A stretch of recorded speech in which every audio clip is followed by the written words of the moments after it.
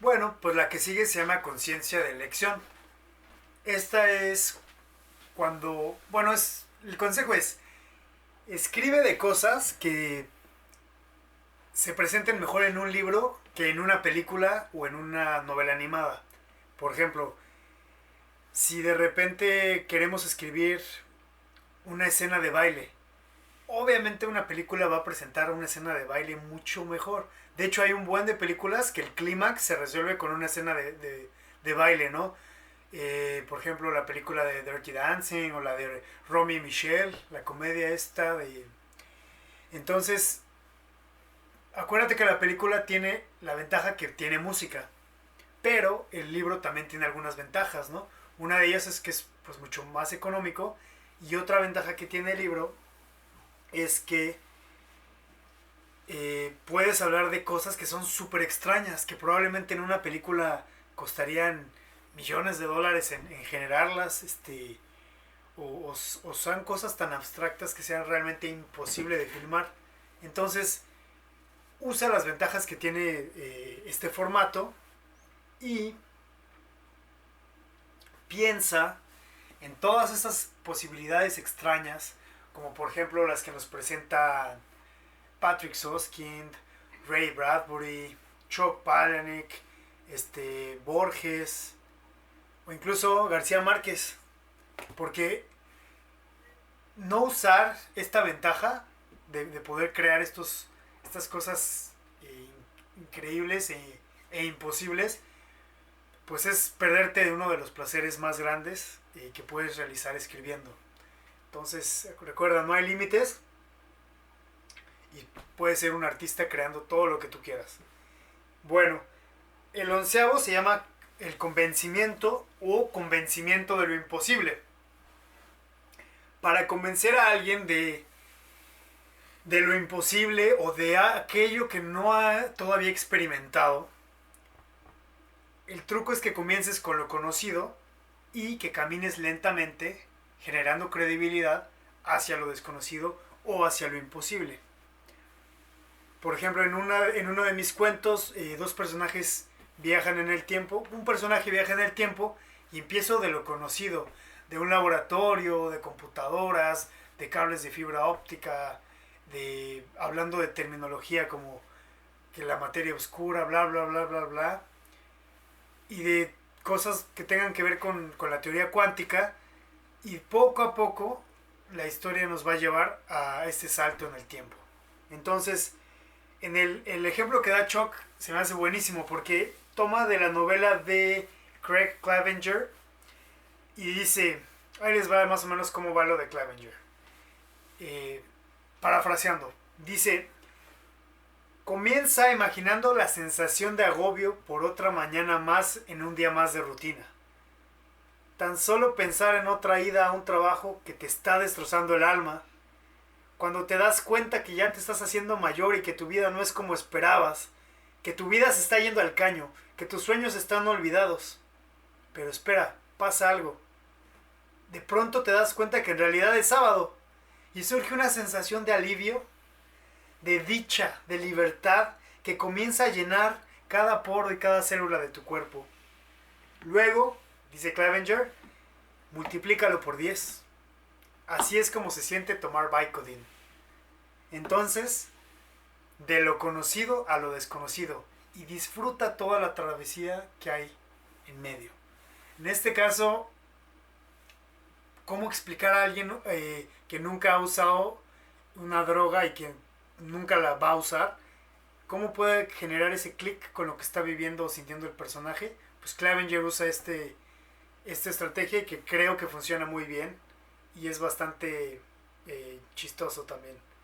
Bueno, en el 12 hablamos de una estrategia que se llama el anillo de familiaridad. Esto se da cuando cuentas una historia que es parecida a otra y hay algunos elementos o algún tipo de forma o trama que ya genera familiaridad en la mente consciente o inconsciente del lector. Yo agregaría que para que funcione mejor, trates de hacer consciente qué patrones o qué cosas ya están ahí como parte de la historia y que después les des un giro. Por ejemplo, Si hay un personaje vampiro, hay varias cosas que el lector ya va a dar por hechas por el bagaje de las películas o las historias que ya ha leído antes. Pero ahí puedes empezar la historia con un patrón similar y después empezar a darle el giro o poniendo las reglas al mundo fantástico por medio de las escenas que vas describiendo. Recuerda que una historia parecida a otra también es fácil para las personas relacionarse con ella, ¿no? Bueno, la que sigue se llama el factor sorpresa. Este tiene la premisa de siempre tratar de sorprender al lector. Construye giros inesperados, incluso cuando sean situaciones que ya son esperadas o que ya se sabe que van a venir y después, ¡pum!, giro y que el lector se quede anonadado y sorprendido por estas cosas que no vio venir. Y también un ejemplo de anillo de familiaridad es como cuando hablas de un tema que ya ha sido tratado antes y después lo unes a este tema de sorpresa y se vuelve bien interesante. Entonces piensa que estos estrategias de autoridad pues siempre van a ir juntas y entremezcladas. Por ejemplo, si vas a hablar del conocimiento, pues no va a estar de más que también hables de la fisicalidad, o si estás hablando de las emociones, también puedes entrar a lo desagradable, etcétera, etcétera. Entonces, considera todas estas no como cosas estáticas, sino como cosas dinámicas que nos van a ir mostrando capas y dimensiones de nuestros personajes.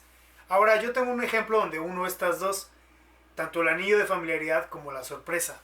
Por ejemplo, se aproxima un diluvio gigante, como el gran diluvio de la Biblia, ¿no?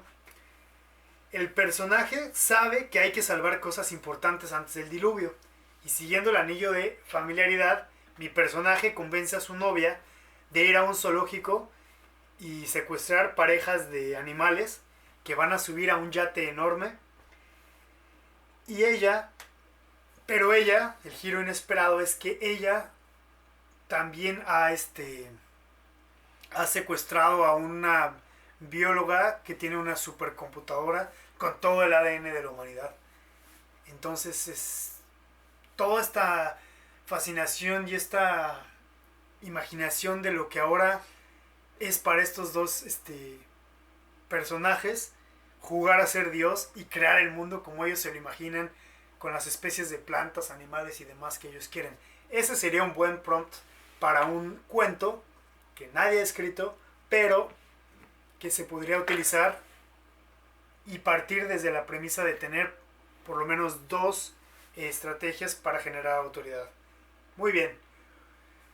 En la 14 tenemos el going on the body, o ir sobre el cuerpo. Ya lo platicamos en escritura peligrosa en la clase pasada.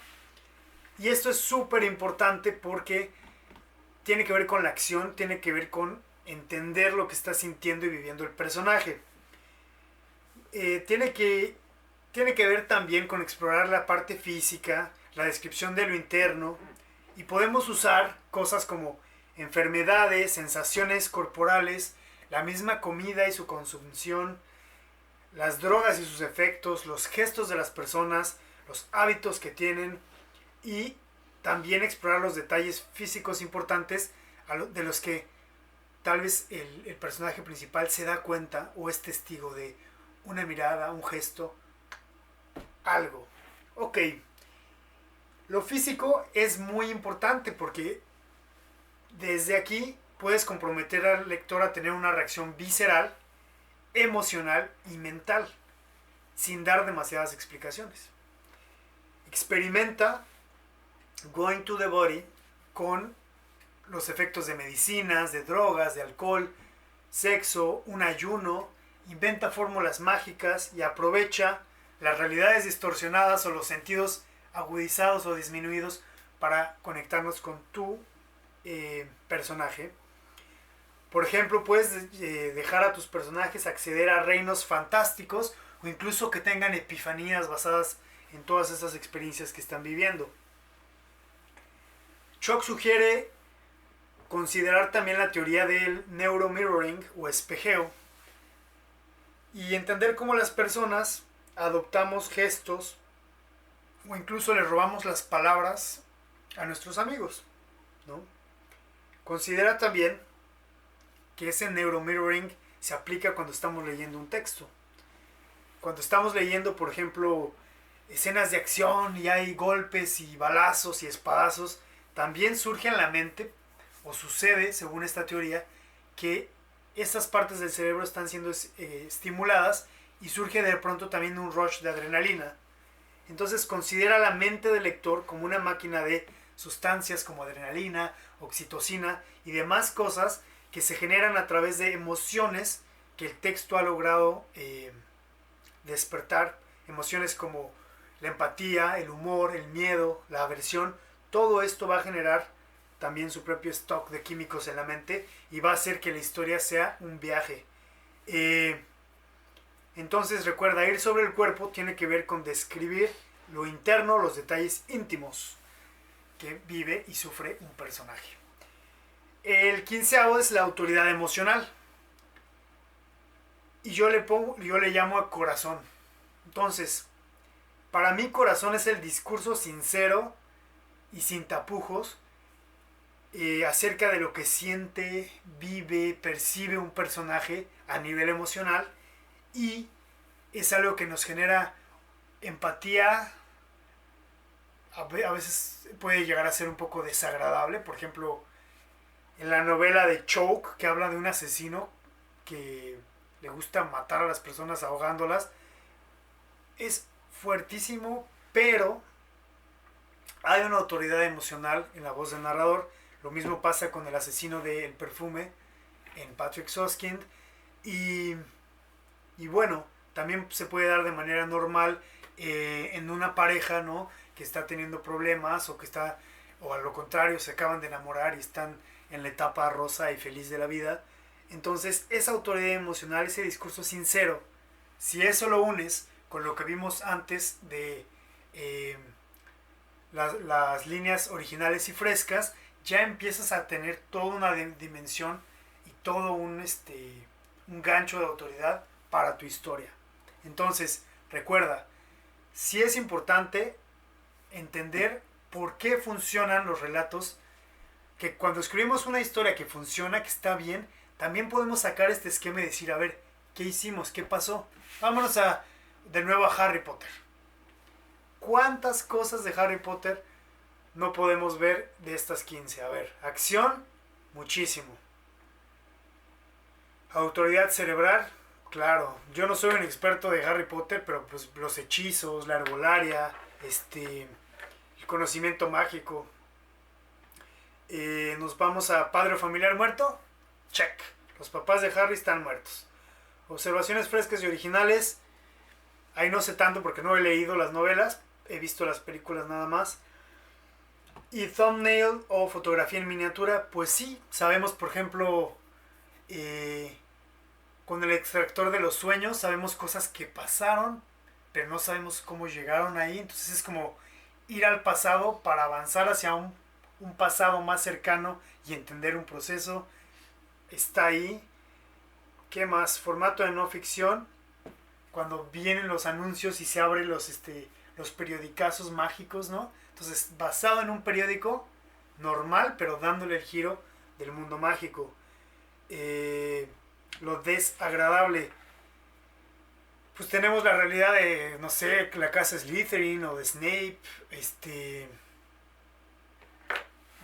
¿Qué más? El desempaque de los detalles. Y ahí vamos. En errores calculados, pues encontramos de una vez más el lenguaje. No sé, el Ron siendo como muy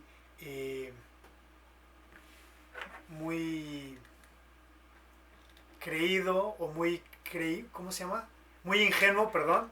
Y así demás. Entonces, cada historia y especialmente cada novela va a tener todos estos elementos o la mayoría de ellos. Ahora, cuando escribimos un cuento no nos tenemos que preocupar tanto por todos los detalles. Ahorita nos basamos en escribir cuentos cortos para practicar estrategias, para ir sacando todo el input de las clases y ponerlo en práctica. Más adelante cuando vayamos juntando todos los pedazos y tengamos todas las herramientas en nuestra propia caja de herramientas, ya vamos a poder lanzarnos ahora sí a la aventura de crear un proyecto más grande.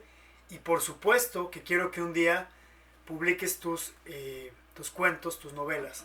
Entonces, échale muchas ganas, entiende que este taller está hecho para que llegues a esa meta más rápido y no te tardes miles de años como yo. Y pues aprovéchalo, disfruta tu escritura y nos vemos pronto.